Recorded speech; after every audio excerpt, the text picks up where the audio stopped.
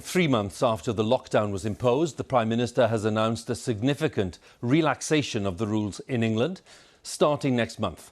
And they include changes to social distancing, as well as reopening some hospitality and holiday venues. But some experts have warned that the relaxation could lead to a new wave of infections, and they say an effective track and trace system is now essential. Well, from the 4th of July in England, the 2-metre social distancing rule should still be observed where possible, but where it's not, people are advised to keep a distance of 1 metre plus, while making sure that other protections such as face masks are also in place. The new rules mean that 2 households of any size will be able to meet indoors or outdoors as long as they stay at least 1 metre apart. People in England will be able to go out and socialise in pubs and restaurants, as well as staying in hotels and at campsites, and that would also be possible with members of another household.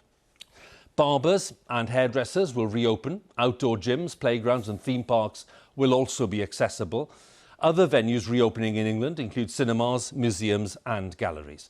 But some places will remain closed, among them nightclubs, indoor gyms and swimming pools. And just to underline, this relaxation of the rules applies to England. We'll have details on Scotland, Wales and Northern Ireland in just a moment. But first, our political editor Laura Kuensberg reports on Boris Johnson's statement. Moving to a new sort of normal. In England, at least from next weekend, the pumps will flow, glasses will chink. A symbol there is life after lockdown. You'll be able to raise a pint. I'm really happy. I'm excited to reopen and see all of our regular customers. Sense of relief, the biggest thing. We were kind of at a point where it was like make or break. So for us, really happy. Are you taking a gamble with public safety, Prime Minister? Exactly 3 months after the deadly virus derailed everything. The disease is judged by Number 10 to be fading enough to open many more of the country's doors. Prime Minister. You could almost hear the relief in the Prime Minister's voice. Thanks to our progress, we can now go further and safely ease the lockdown in England. At every stage, caution will remain our watchword. Hairdressers, hotels, libraries, playgrounds, a long list of venues will be back. But you'll be asked to keep at least 1 metre's distance with extra precautions and still work at home if you can. Our principle is to trust the British public to use their common sense in the full knowledge of the risks, remembering that the more we open up, the more vigilant we will need to be. A chance the Prime Minister desperately hopes too for him to turn the page. Our long national hibernation is beginning to come to an end, and life is returning to our streets and to our shops. The bustle is starting to come back, and a new but cautious optimism is palpable. But I must say to the House, it would be all too easy for that frost to return. Compulsory legal instructions will become advice instead, and there are still complications ahead. There are no easy decisions to be made here. Any unlocking carries risks. It has to be phased, managed and carefully planned. We will scrutinise the detail.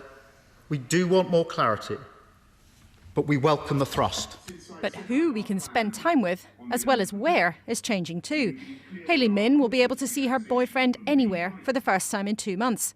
Friends and families reunited, but still a metre apart and only 2 households at a time. It's really good news that my boyfriend can now stay over and I can stay at his. Obviously annoying we can't touch still, but it's better than just being able to see him for a few hours in the garden. But hold on, the different parts of the UK are moving at different paces. In Wales and in Scotland, the 2-metre rule is still in place. It's really important not to see this as a binary, simple issue. There is no doubt that if you go from 2 metres to 1 metre, you increase the risk of transmission from something, I think, between 2 and 10 times. So it's how you mitigate that increased risk in other ways. But for Number 10, it's time to move on. 5 o'clock today, the last occasion this briefing will be routine. The 2 scientists sound notably cautious this afternoon. Prime Minister, opening up does open up more risk to our health. Will you take responsibility whatever happens next. And yes, of course, Laura, I take a responsibility. The government takes responsibility for these decisions. We're indebted to our scientific colleagues for their advice continually, but it is our responsibility to choose. And Professor Whitty, you previously said very clearly you would like to see the 2-metre rule stay till the end of the pandemic. Have you changed your mind? The advice to stay at 2 metres, if you can stay at 2 metres, remains. And the 1 metre is a 1 metre plus mitigations which bring it into line with other areas. And that's why people must take it incredibly seriously. Personally, am I comfortable with it? This is a balance of risk. It's like many things in medicine. You don't go for operation unless you absolutely have to. It's a balance of risk. So the risk's not gone, and next weekend's changes have come too late for some. This pub in Sheffield has already closed its doors for the final time. We're absolutely devastated about the closure of the Devonshire Cats, but conditions here have just become very difficult to trade in the city centre. It's nobody's fault. This has had a huge impact, and we don't think this is a viable business. The end of the emergency phase may be, but from the lectern or from your living room, the impact of the coronavirus is certainly not a thing of the past. Laura Kunzberg, BBC News, Westminster. So hundreds of thousands of businesses across England have just 11 days to get ready to open again, and there'll be strict rules in place to protect customers. Our business editor Simon Jack has been to Eastbourne to talk to a landlord there, a hairdresser and a hotel owner about the challenges that lie ahead. For seaside towns like Eastbourne, businesses rely on the summer hospitality season for their very survival. So today's announcement that many of them can get back up and running was the news they were desperate to hear.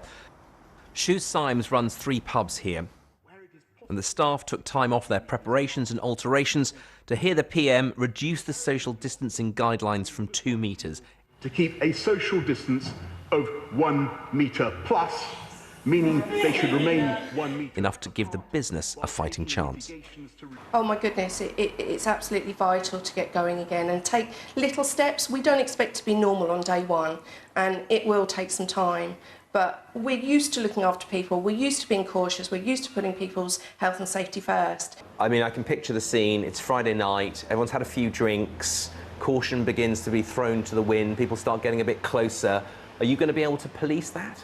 I've got absolute confidence that my staff can look after people in the best way. I think pubs are the safest place to drink. There will be some big changes. Customers will have to provide contact details, Perspex screens will be at the bar, and there'll be no drinking while standing indoors. Before a night out, an overdue haircut will now be possible. The client isn't allowed in the door until they are asked to. They have to have their temperature taken. Alison Fairs runs a salon down the road, but stylists must wear visors over their faces. The experience will be very different. It's going to be extremely different. They are advising that we don't chit-chat to the client, but after they've been locked away for 3 months as well, you know, they all want to come in and have a little chat. However, nail bars, spas and gyms are among leisure businesses that won't yet be joining hospitality's big day on July the 4th.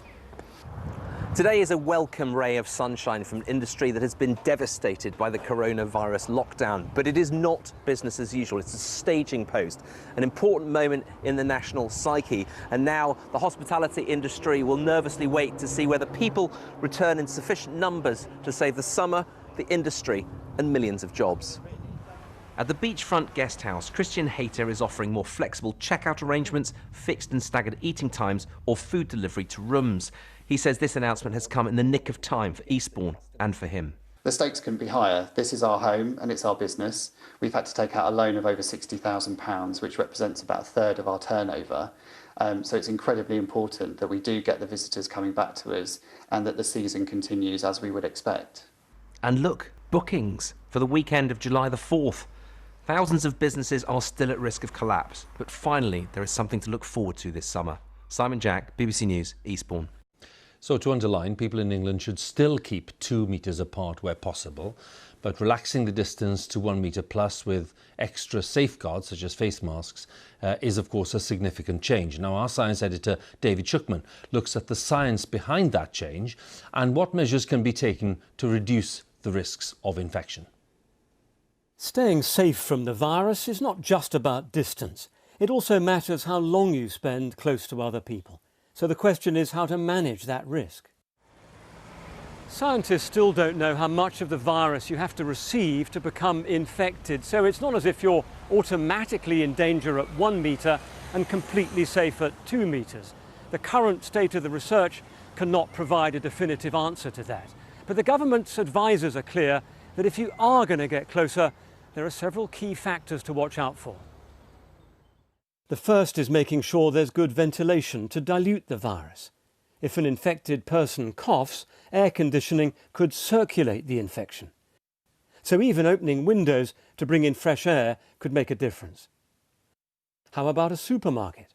A major chain commissioned this study of the airflow. Some aisles might be more at risk than others, but the specialists who did the modelling say it is possible to take action. That sort of technology allows people to sort of understand workspaces, trying to work out how to arrange them better. And then perhaps with really innovative types of airflow, we could look at situations in the future where you could make places much, much safer, even at much smaller social distances than 2 metres.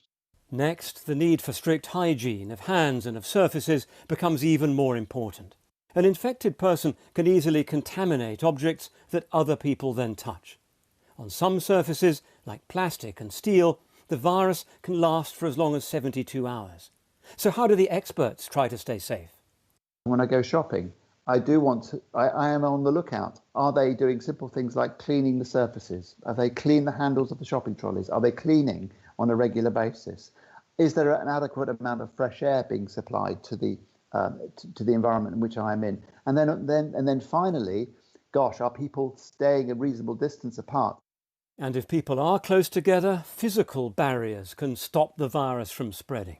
Plastic screens have been installed in many countries as shops have reopened. And face coverings can help if people are infected without realising. Some scientists believe that with the right measures, the 2 metre rule can be relaxed. But others are worried, including a former chief scientific advisor. As soon as you drop it to 1 metre and at the same time open up restaurants, pubs, those are 2 places where people are very unlikely to wear masks and where, again, the 1 metre rule is likely to slip out. And in Anglesey in North Wales, a sign of how easily things can escalate, with 200 cases now confirmed at this meat processing plant. Restrictions of some kind will be needed for months to come, according to the Chief Medical Officer for England. I would be surprised and delighted if we weren't in this current situation through the winter and into next spring. I think then let's regroup and work out where we are. But I expect there to be significant amount of coronavirus circulating at least into that time. Germany is also dealing with an outbreak at a meat processing factory. It's led 300,000 people back into a version of lockdown. Even a country with lower levels of infection than the UK is still threatened by the virus. David Schuckman, BBC News. Well, in the last 24-hour period, the deaths of 171 more people have been recorded in the UK. All had tested positive for coronavirus, and it brings the total of deaths in the UK so far to 42,927. Now, with me is our health editor, Hugh Pym. Hugh, when we looked at that news conference today, what was notable, of course, was the extreme caution of the government's own senior advisors. What do the latest figures tell us? Yes, indeed, Hugh. We kept hearing that this was not risk-free, this was a long haul, and if people didn't observe social distancing properly, there could be an uptick in the number of cases. That's what we heard from the advisors. The data, though, they showed at the briefing we can look at now, did show things moving in the right direction. First of all, the number of new cases based on new tests. You can see the red line, the 7-day rolling average coming down there. It's flattened off a bit, but it's at around 1,100, having been up near 6,000 at one point. And then on to new admissions to hospitals around the UK with COVID-19 patients. That has fallen steadily down to only about 280 now. And finally, the daily reported death toll. Once again, that's a 7-day rolling average showing the trend right down at 121. But we should bear in mind that with the number of new cases, the UK is ahead of Germany, France, Italy and Spain, some of them right down in the low hundreds. We've seen about local outbreaks in Germany after the easing of lockdown restrictions. That is a risk. And the British Medical Association, representing doctors, is saying, given this further easing, it believes that the way forward is mandatory face masks, face coverings in public spaces beyond the current rule in hospitals and public transport in England. OK, Hugh, once again, many thanks. Hugh Pym there, our health editor with the latest.